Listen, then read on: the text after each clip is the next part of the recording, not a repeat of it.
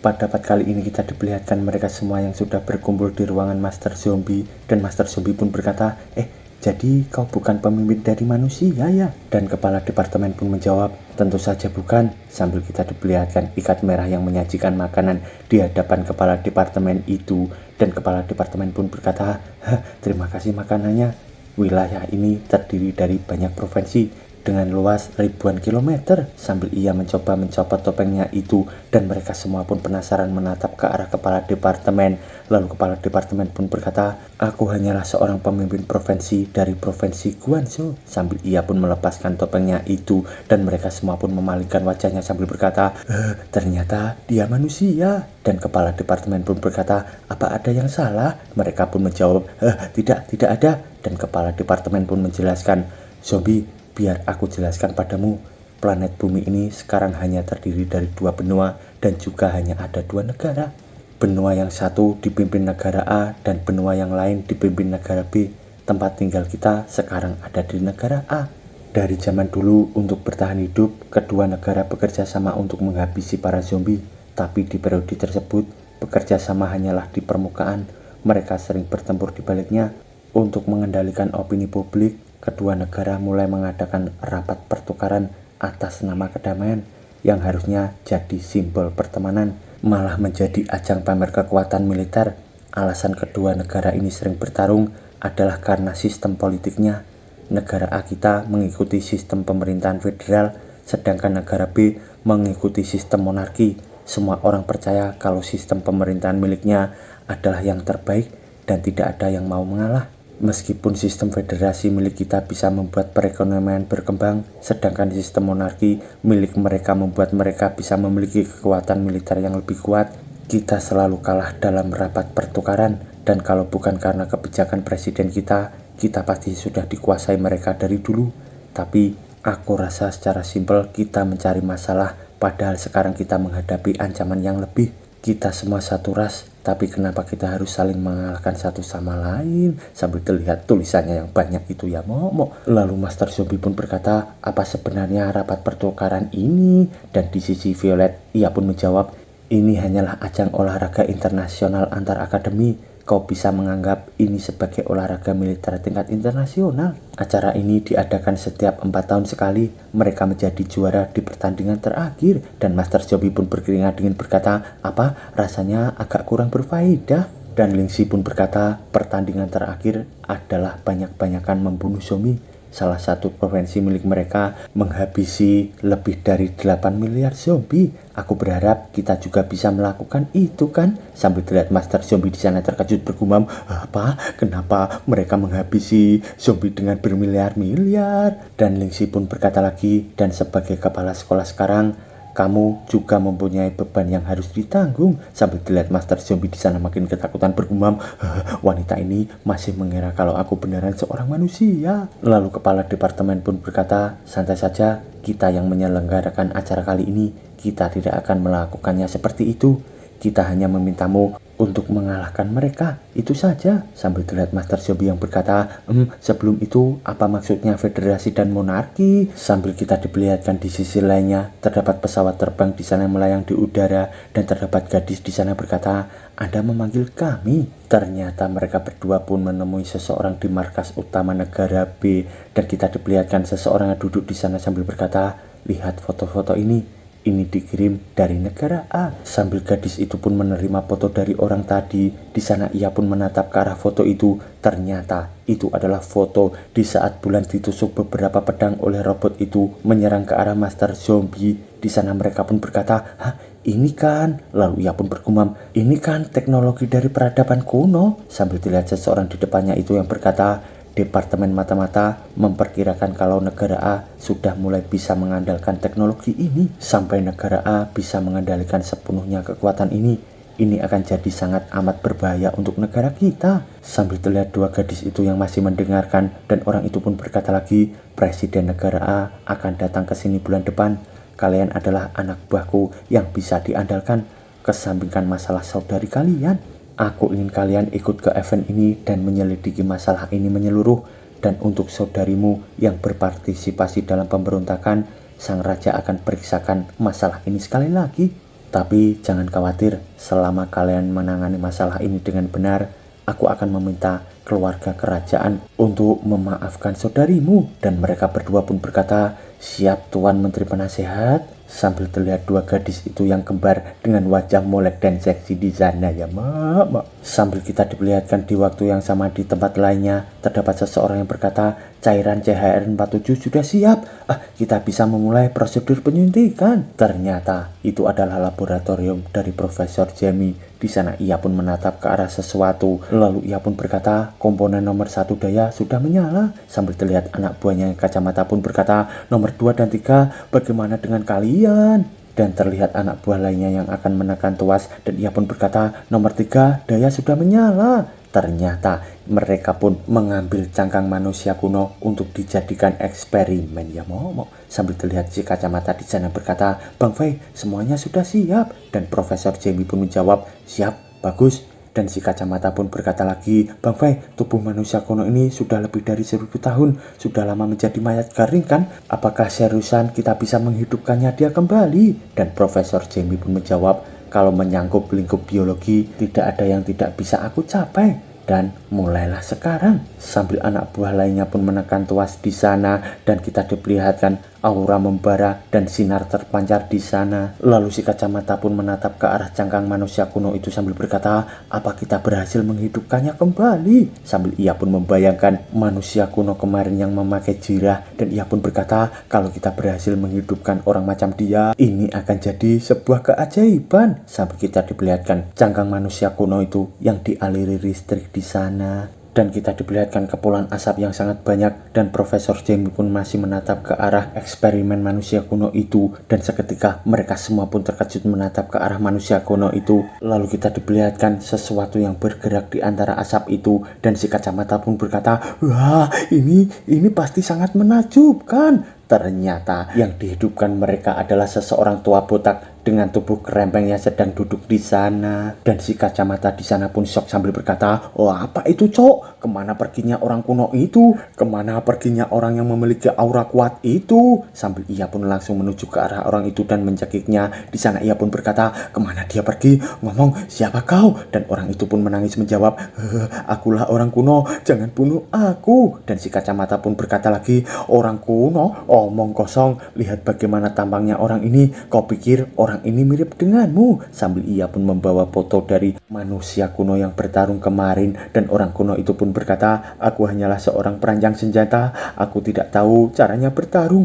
Aku hanya sebagai mecha armor designer. Apa salah membuat diriku terlihat lebih keren? Dan si kacamata pun berkata, bodoh amat, kau ini tidak ada keren-kerennya. Sambil mereka berdua pun dipandangi oleh Profesor Jamie. Dan Profesor Jamie di sana pun berkata, ini apa ini? Sambil ia pun membalikkan badannya akan pergi dari sana. Dan orang kuno itu pun berkata, hei kamu yang berdiri di sana, kita adalah orang-orang yang sama jeniusnya. Kenapa kita tidak ngobrol sebentar? Sambil terlihat Profesor Jamie itu yang menoleh dengan bertanya-tanya. Sambil ia menatap ke arah orang kuno itu. Dan Profesor Jamie pun memasuki ruangan sambil berkata, jadi apa yang ingin kamu bicarakan denganku? Sambil terlihat orang kuno itu yang menjawab, meskipun dasar yang kita miliki berbeda, kita bisa bekerja sama. Dan Profesor Jamie pun berkata, kau sudah dikalahkan sama si zombie. Dan aku kira kau adalah orang yang lebih kuat dari Blood Clan.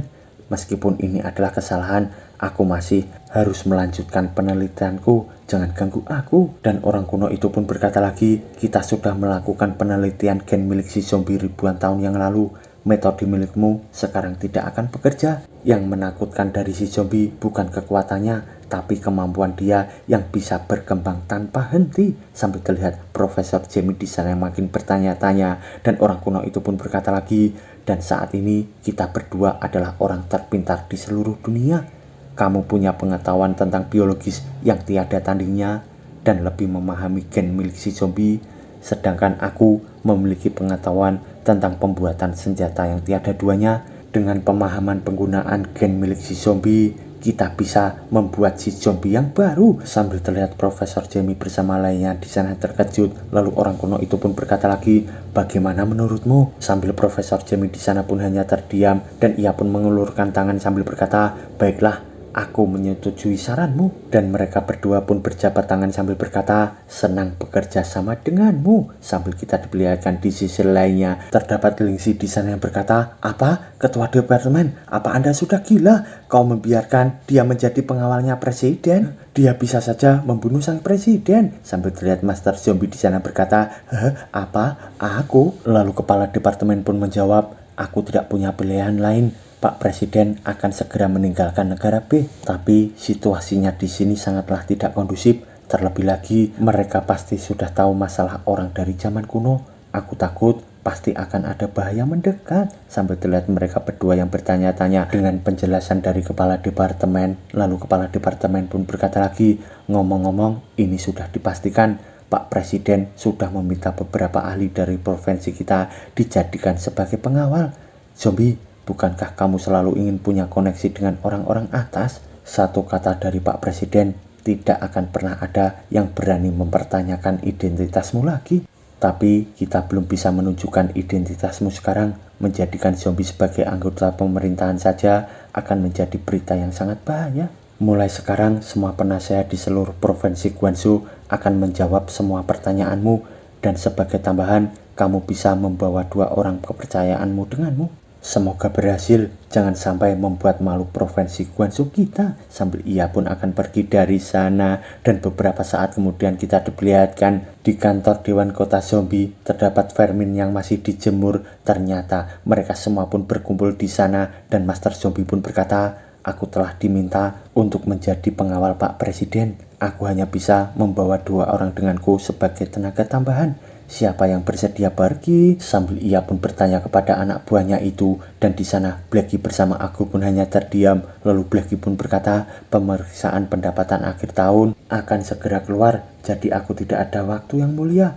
Dan di sana aku pun berkata, itu juga berlaku untuk Departemen Penjagaan Kedamaian. Dan agen dari sampingnya pun berkata, saya juga yang mulia. Sambil kita diperlihatkan Fur bersama Lang di sana berkata, haha, kami berdua punya banyak waktu, kami bisa pergi denganmu yang mulia. Hahaha, kita kasih paham para manusia itu seberapa menakutkannya kita. Lalu Master Zombie pun berkata, Lang, Fur, aku sangat senang betapa semangatnya kalian. Sambil kita diperlihatkan beberapa saat kemudian, ternyata Fur dan Lang masih berakting menjadi anjing piaraan oleh Master Zombie. Dan mereka semua pun hanya terdiam bertanya-tanya. Tapi tiba-tiba mereka berdua pun bergerak dengan sangat agresif. Ternyata dari depannya terdapat Lingxi bersama Violet. Dan Lingxi pun berkata, wow, anjingnya lucu banget. Sambil terlihat Violet di sana yang ketakutan. Lalu Lingxi pun mendekat ke arah Fur sambil berkata, anak baik, sini. Dan Fur pun emosi berkata, kalau kau melakukan itu lagi padaku,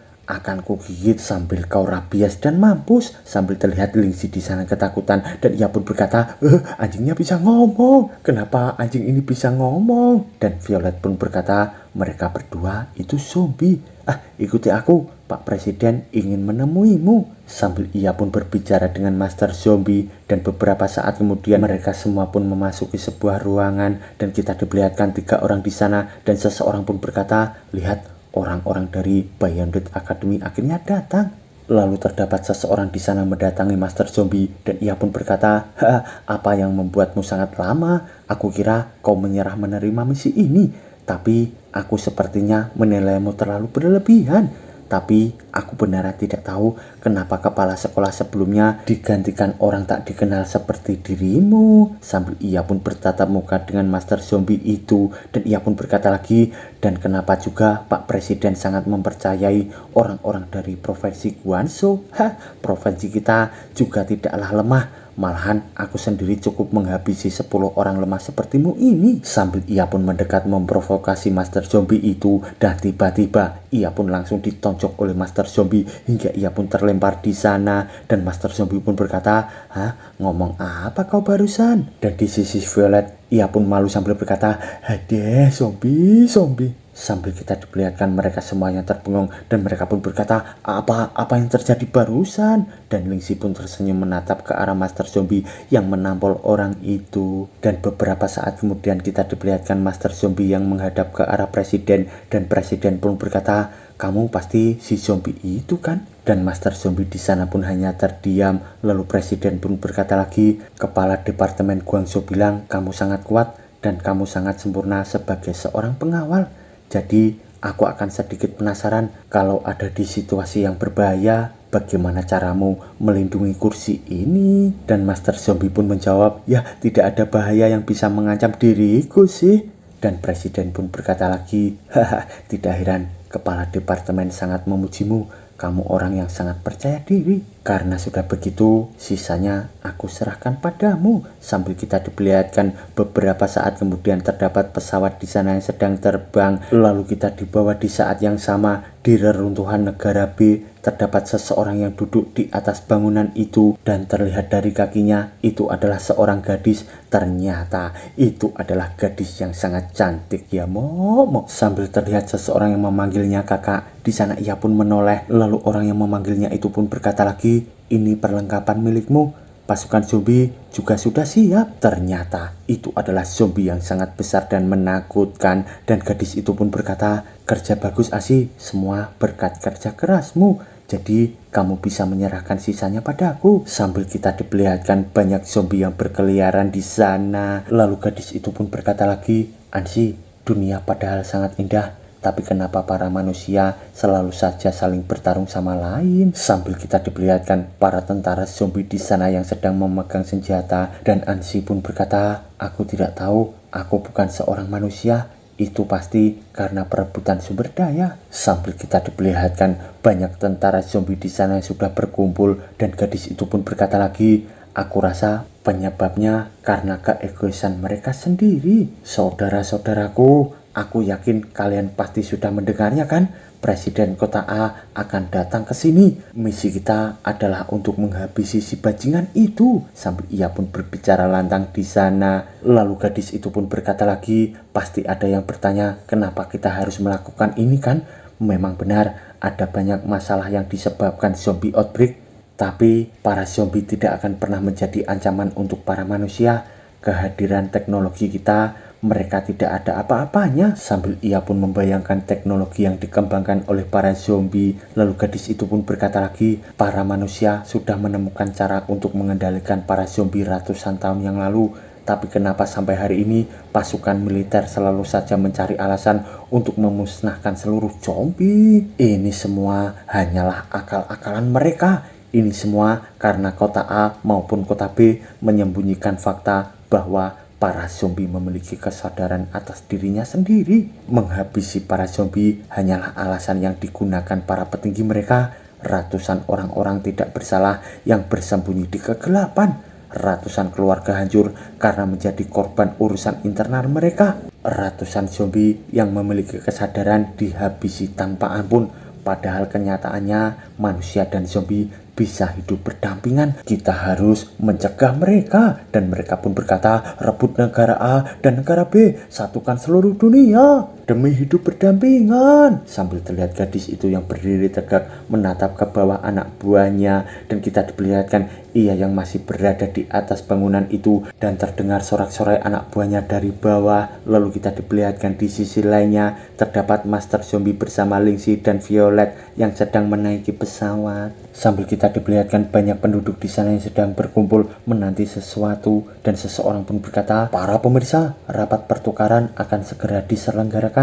Presiden negara A akan datang ke sini selama 7 hari kunjungan. Ternyata itu adalah reporter. Dan di sana ia pun berkata lagi, di sini sudah penuh lautan orang-orang. Dengan TV News negara B melaporkan di tempat pertemuan. Sambil terlihat reporter lainnya di sana berkata, di sini TV News negara B melaporkan secara langsung presiden kita akan menetap di hotel ini dan pertemuan dengan Perdana Menteri negara B akan dimulai besok. Sambil terlihat anak-anak di sana yang antusias menonton siaran langsung itu dan ayahnya pun berkata, nak, sudah waktunya makan. Apa sih yang disukai para bocah saat menonton berita? Dan anak itu pun menonton ke arah siaran langsung sambil berkata, aku ingin melihat bagaimana penampilan Pak Presiden. Dan ayahnya pun berkata, sungguh event yang sangat megah, tapi aku dengar ada sesuatu yang mencurigakan di belakangnya. Dan istrinya pun berkata, negara kita terlalu lemah. Dan anaknya pun berkata, telinga orang-orang memang tajam seperti biasanya, Bu. Sambil kita diperlihatkan pesawat yang terbang di sana melintas di atas kota itu. Ternyata itu adalah dua kembar. Di sana ia pun berkata, jadi apa perintah Perdana Menteri untuk kita? Dan saudaranya pun menjawab, melindungi Pak Presiden. Kita tidak bisa membiarkan dia terluka saat dia mendarat. Dan kembarannya pun berkata lagi,